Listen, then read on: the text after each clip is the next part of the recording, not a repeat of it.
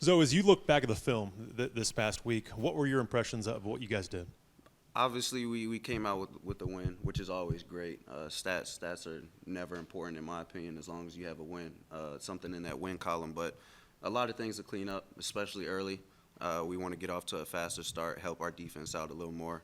They balled throughout the whole game, so uh, like I said, just faster start early, have to convert in the red zone and minimize turnovers. Talk about what Dylan has meant to you. Obviously, you guys were competing, but Yeah. you have a smile on your face. I know he's helped you a lot. When Yeah. I talked a couple weeks ago, you talked about Toddy a couple years ago, Yeah. and Dylan's kind of the same way. But how have you leaned on Dylan? How has he helped you? I mean, even in the Charlotte game, he was there on the sideline communicating with me when I came off the field. I'm asking him what I saw, like I said, during fall camp. And I'm gonna always reiterate this and tell this story, but I'll never say a bad word about the guy. We play 18 holes of golf, and after he's, hey, chest on the ground fixing a flat tire for me. So that's just a testament to, what a great guy that he is, and I'm super appreciative to have somebody like him in my life. Talk about just your confidence and how it has grown now. Do you feel more confident now going through a game and having kind of a slow start, figuring it out, and finally getting a win? Obviously, that definitely eased the nerves a little bit, but like I said, it didn't feel like I was 1 for 6. We were, like I said, right there knocking out the door. They had a couple great plays, couple batted balls on the shallow. I have to hit that pass to OD going away from the scoreboard, and then again, D lineman pops up, knocks the ball down. So just like I said, we have to get off to a faster start, and I feel like we'll do that this week. You kind of took social media by storm in the third quarter. Can you just kind of take Yeah, that flop has been all over the place. It got played in class yesterday too, so that's a first for me. But I didn't anticipate it to get that much traction. I was just out there having a little bit of fun. Is it safe to say the CPR worked? No, oh yeah, Big Joe, that's a lifesaver right there. You need somebody like him. Kind of piggybacking off Dave's point, just how does you lean on Dylan during game week, a situation like this? Like, how is he helping get you ready to go for the upcoming opponent? Like I said, that's a guy that's a vet, that's been through the high, that's been through the lows. He, just naturally, he's seen more football than me. Older guy, has been more experienced with things. He can see different looks, different coverages that I might not see, especially, I think he stands on the other side of the ball from the defensive perspective. So just having that eye in the sky, and then Coach Chesney on the sideline, and Demo, somebody like that who can immediately step in the line of fire, that's tremendously helpful, and it makes my job easier. I'm curious, what are your biggest takeaways after breaking down the film? Specifically, what do you think you can clean up? I have to clean up my accuracy, short, make the easy things easy. I had to hit that slant to OD, give Tyler Purdy a better ball out the backfield with the swing. He had a tremendous catch with that. And, like I said, just get my playmakers the ball in space. We see Cam Ross on the reverse, what they can do with the ball in their hands, the dive and catch, all of that. So just make the easy things easy.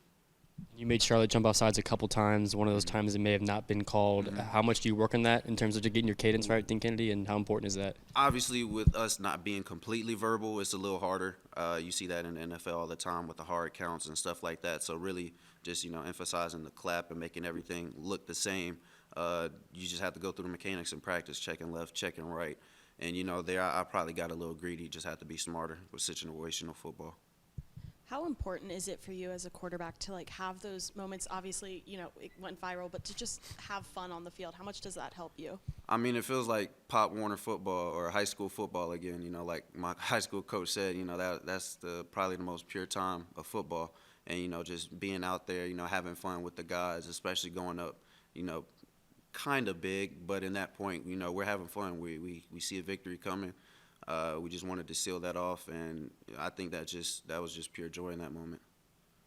You've talked a lot about how long you've waited for this, how hard you've worked for it, especially after how last year started for you. Just how does it feel to kind of finally have seized that moment on Saturday and just kind of moving forward, just talking again, like kind of what Dave was saying, the confidence that you now have? Well, it's never about me. I think for that's just to show anybody else that's been in that position, that's been in that situation, that hey, you can come back from things. I have a little sister who's going to be a high-level athlete, major D1 Olympic track athlete. So just showing her, hey, you're going to have those low moments in life, just to keep pushing, keep fighting, put your faith in God, and crazy things will happen.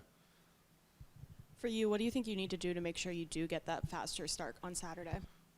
Like I said, just make the easy things easy.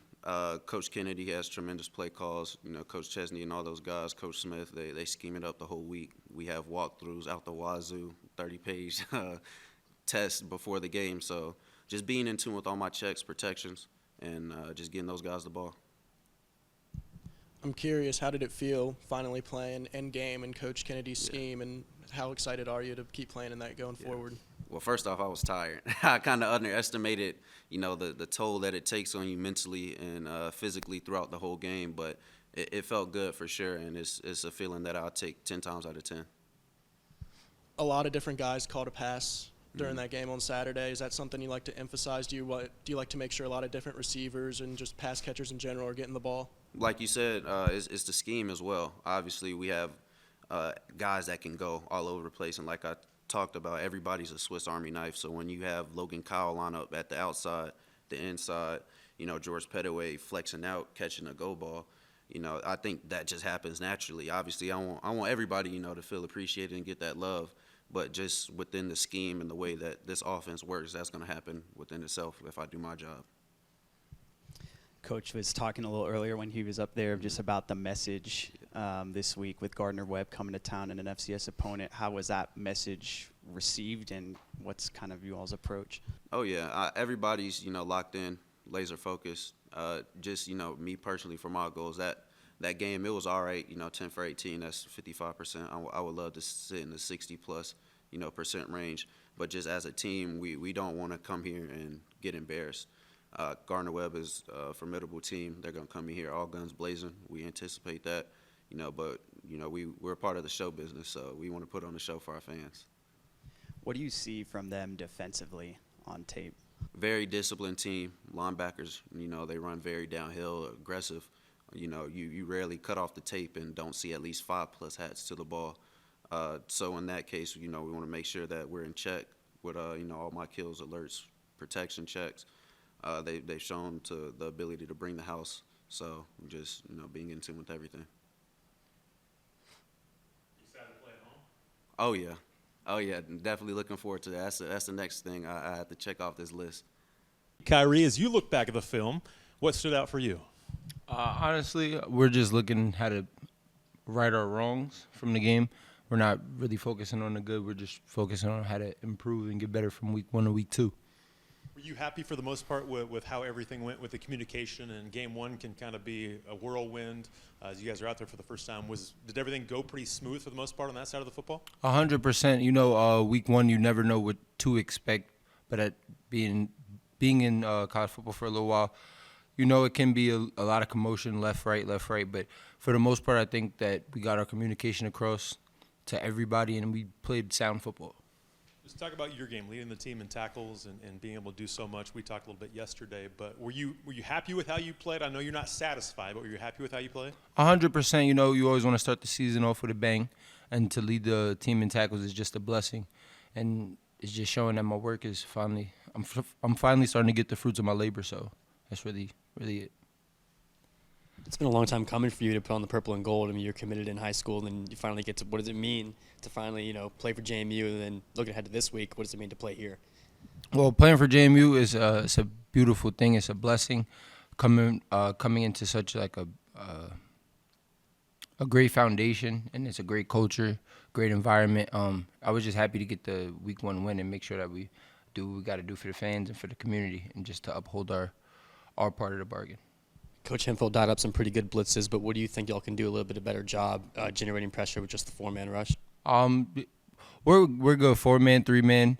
If we want to bring 6, however Coach Hemphill drills it up, we'll get home. So we just got to keep working and keep executing the X's and O's, and we'll be good from there.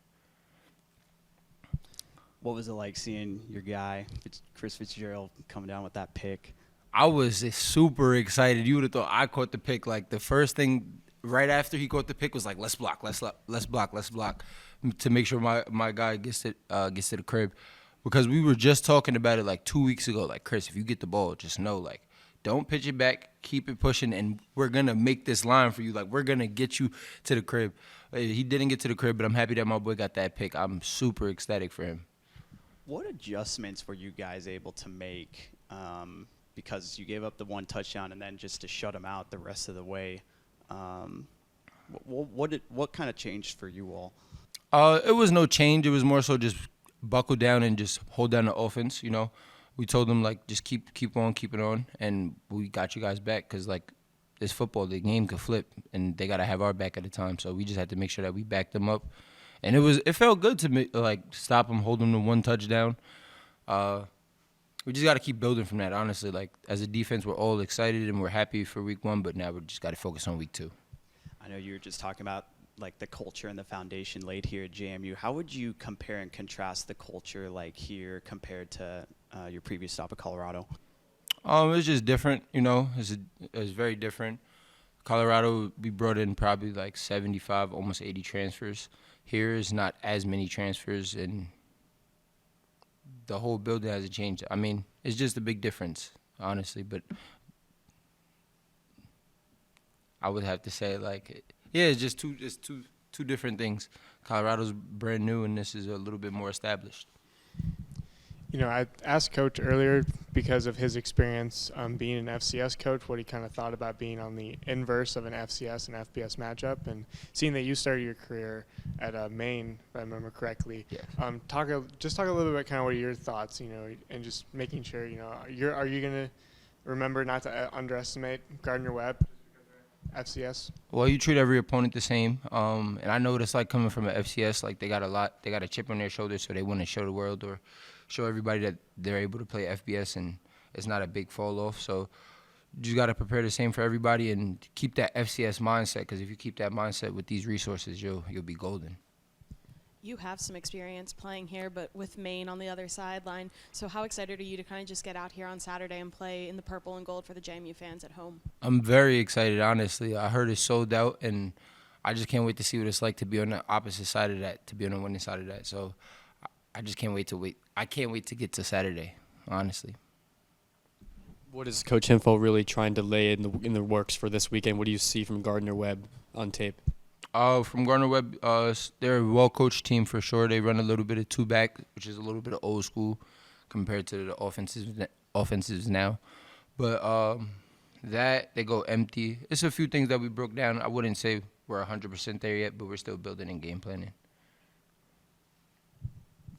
Coming from the Northeast, and you know the staff was up there at Holy Cross. Were you pretty familiar with them? Did they recruit you coming out of high school when they were at Holy Cross, or how did you kind of end up getting to know them? So my running back from high school, Jordan Forrest, he committed to Holy Cross, played for Coach Chesney for 4 to 5 years, and I know Coach Chesney. Like, I did my homework. He's done nothing but won, so that really intrigued me to come here, and just through our mutual friend or his player, my teammate, Jordan Forrest, he told me nothing but good things, and that really, he spoke about Coach Chesney as a person and him being personable before even talking about him being a coach, and that spoke volumes to me.